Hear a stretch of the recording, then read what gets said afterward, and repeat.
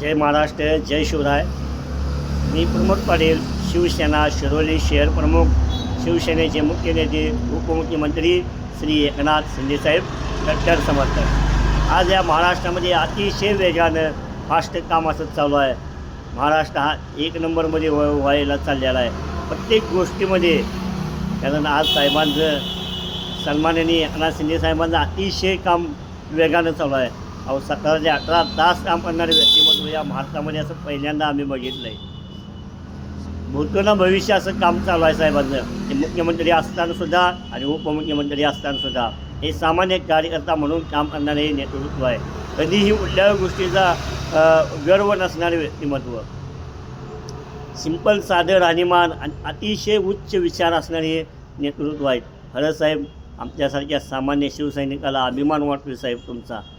कारण असं नेतृत्व या महाराष्ट्राला मिळालं असं आम्हाला वाटत बी नव्हतं. इतकं फास्ट काम तुमच्या हातून चालू आहे साहेब. या मुंबईसारख्या ठिकाणी विविध रस्त्याचं जाळं असेल, या अटल सेतू असेल, मेट्रो असेल, विविध प्रकल्प असतील, अतिशय फास्ट या मुंबईमध्ये पण काम चालू आहे. तसंच या महाराष्ट्राच्या कानाकोपऱ्यामध्ये सुद्धा साहेब तुमचं अतिशय फास्ट काम चालू आहे साहेब.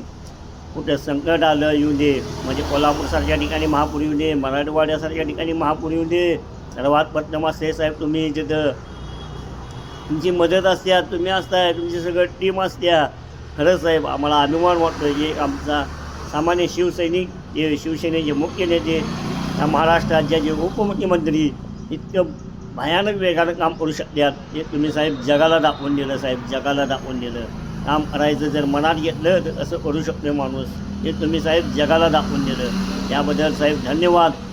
आम्हाला अभिमान वाटतो या सामान्य शिवसैनिकाला तुमचा साहेब. या महाराष्ट्राच्या प्रत्येक मराठी माणसाला, प्रत्येक हिंदूला तुमचा अभिमान आहे साहेब. कारण तुम्ही इतकं प्रचंड असं काम करत आहात या महाराष्ट्रासाठी. या महाराष्ट्रातल्या प्रत्येक माणसासाठी, सर्वसामान्य माणूस सुखी समाधानी झाला पाहिजे, त्यासाठी विविध योजना आणल्या तुम्ही साहेब. या शेतकऱ्यासाठी असतील, कामगारासाठी असतील, लाडक्या बहिणीसाठी असेल, अशा कितीतरी योजना माध्यमातून सर्वसामान्य माणूस सुखी समाधानी झाला पाहिजे, हेच तुमच्या त्याची पाठीमागली भावना साहेब. खरंच पुन्हा एकदा साहेब तुमचं अभिनंदन. आणि असंच काम तुमचं या महाराष्ट्रामध्ये चालू राहू दे, त्याच तुम्हाला शुभेच्छा. जय हिंद, जय महाराष्ट्र.